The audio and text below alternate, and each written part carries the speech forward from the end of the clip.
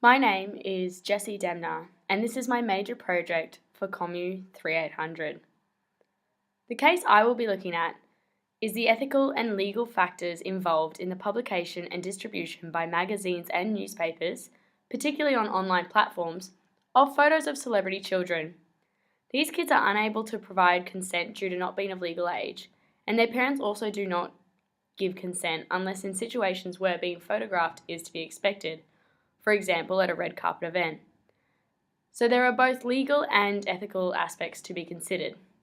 In particular, I will be looking at American celebrities and photographers taking photos of their kids at inappropriate locations and effectively harassing them throughout their day-to-day lives.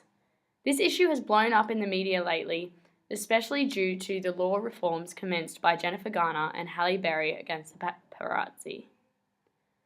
The following ethical and legal considerations will be examined: the lack of provision of consent from the children, the lack of provision of consent from the parents, the legal action brought against the paparazzi by celebrity parents, the necessity and morals of taking photos of celebrity kids, and the fact that journalists are making money from potentially harming the kids and their future. I will be looking at the issues from the perspective of the various stakeholders, which include the paparazzi, celebrity news publishers, their celebrity parents, their kids, and members of the public who view these images.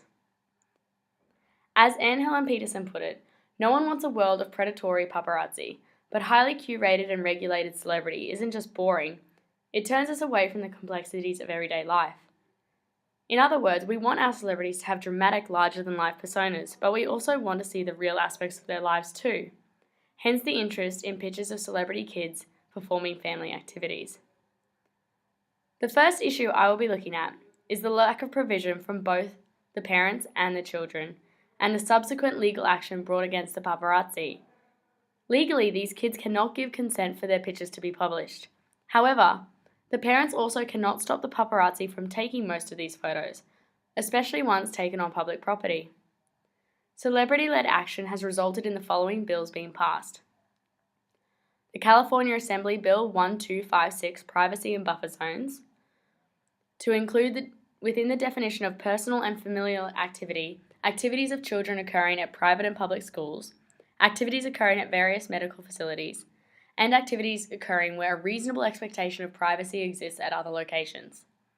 It also creates a new section in the law that creates buffer zones around entrances and exits at specified facilities, including schools and medical facilities, to prevent barriers and obstructions from impeding ingress and egress to and from such facilities, and to prevent the interruption of important and vital functions of such facilities. And the California Assembly Bill 1356, Stalking Reform, which amends the California civil stalking law to include as actionable placing someone under surveillance in a way that causes substantial emotional distress if all other elements of the law are proved. Therefore, there has been a legal response to the question of paparazzi harassment of children. Ethical arguments support this movement. When we apply Kant's theory of categorical imperative, we see that it is not reversible. We, the public and stakeholders in this scenario, would not want people photographing our own children all the time. It is also not universal. We would not want everyone to be allowed to photograph children all the time everywhere. The second part of this is respect for persons principle. Act only on those ethical standards that lead you to treat humanity always as an end and never as a means only. Treat people only as they have freely consented to be treated beforehand. People must not be treated as objects incapable of free choice, and people must not be manipulated, deceived, or otherwise unwillingly exploited to achieve the self-interest of another. Again, photographing celebrity kids so that publications can earn money from it fails the standards of Kant's ethical theory of categorical imperative, because the children are being unwillingly exploited to achieve the personal profit of the photographers and of the publishers. Which leads us into issue 2. The harm done to the kids versus the superficial benefit of entertainment for the public versus the personal benefit of profit for the paparazzi and publishers. In other words, does the public interest in disclosure outweigh the reasonable expectation of privacy for the people involved? The vices that the paparazzi and publishers display when publishing these photos include disrespect, a lack of consideration, selfishness, being inconsiderate, and being invasive, whereas the virtues they should display include consideration, cooperation, sensitivity, and tactfulness. As aforementioned, from a categorical imperative standpoint, there is no ethical support for the necessity or morals behind taking photos of celebrity kids, and this is due to the taxonomy of fame. Fame by association is endured by those close to the famous, such as celebrity kids. Privacy may be traded or it may be justifiably breached because of the kind of fame with which the person is associated. For example, it may be justifiable to publish photos of the president's daughter if she was dealing drugs on the street. That would definitely be a matter of public interest. However, taking photos of celebrity kids while they're at the playground is certainly not.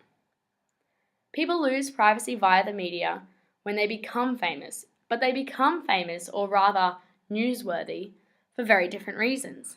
If more attention is given to the reason why the person is famous, it is possible to make finer balances between disclosure and non-disclosure of their lives.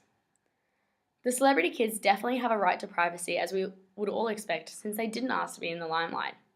Furthermore, the paparazzi have a duty to respect the wishes of the parents. This is where things become more difficult. The parents, on one hand, can exploit their children by publishing photos and doing interviews about their children to make more money, but then they can also turn around the next day and say that they don't want any paparazzi to be able to take photos of their kids. So it's difficult when there's a double standard. Sometimes the stakeholders in this issue appear to apply a utilitarianism view to support their behaviour.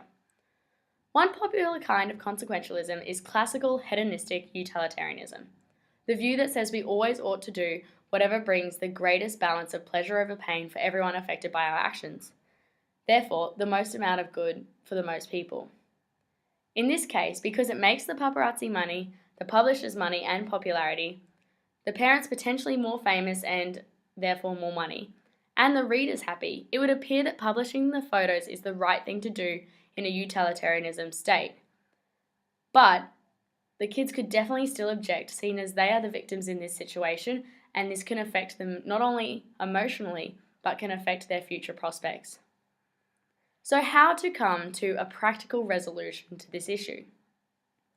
Comments to the news stories about this issue has shown that this behaviour is illegal in France and England, but it is totally legal in the United States. Perhaps if countries like the United States, where consumers of entertainment and celebrity publications are interested in photographs of celebrity kids, they could adopt the way mentioned in the comments to the article, where the celebrities themselves can take ownership over their kids' photos and choose to block out their faces even when publishing them themselves, which is giving the kids more privacy. This happens in Japan and is actually very effective. This would leave the only photos that are published sanctioned ones like those on the red carpet. The Paparazzi Reform Act is another way the law is attempting to provide a peaceful and concrete resolution to the problem, so that it can afford some level of protection to the celebrities and their kids and holds the paparazzi accountable to certain standards. Kirsten Bell and Dax Shepard are two celebrities taking a rather novel approach and are refusing to do interviews with any publications that publish unsanctioned photos of kids in inappropriate scenarios such as on the way to school or at parks. If more celebrities jump on this bandwagon, it could be exceptionally effective because these publications make money from doing such interviews, and if they refuse to, then they would have no choice but to stop publishing unsanctioned photos of celebrity kids. People.com and Just Jared are celebrity-focused websites that are leading the way for other publications in terms of setting a standard to abide by the parents' wishes. The editor at People published this note. The editors at People have always been careful when dealing with photos of kids, but in the past few months our sensitivity has been significantly heightened and our editorial practice have changed accordingly.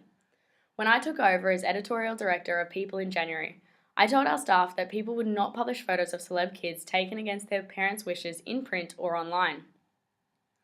Of course, we still run a lot of sanctioned photos, like exclusive baby pictures taken with the cooperation of celebrity parents, and photos of stars posing with their kids at events, like a red carpet, where they're expecting and willing to be photographed. but we have no interest in running kids' photos taken under duress. Of course, there may be the rare exceptions based on the newsworthiness of the photos, and there's always the tough balancing act we face when dealing with stars who exploit their children one day and complain about loss of privacy the next.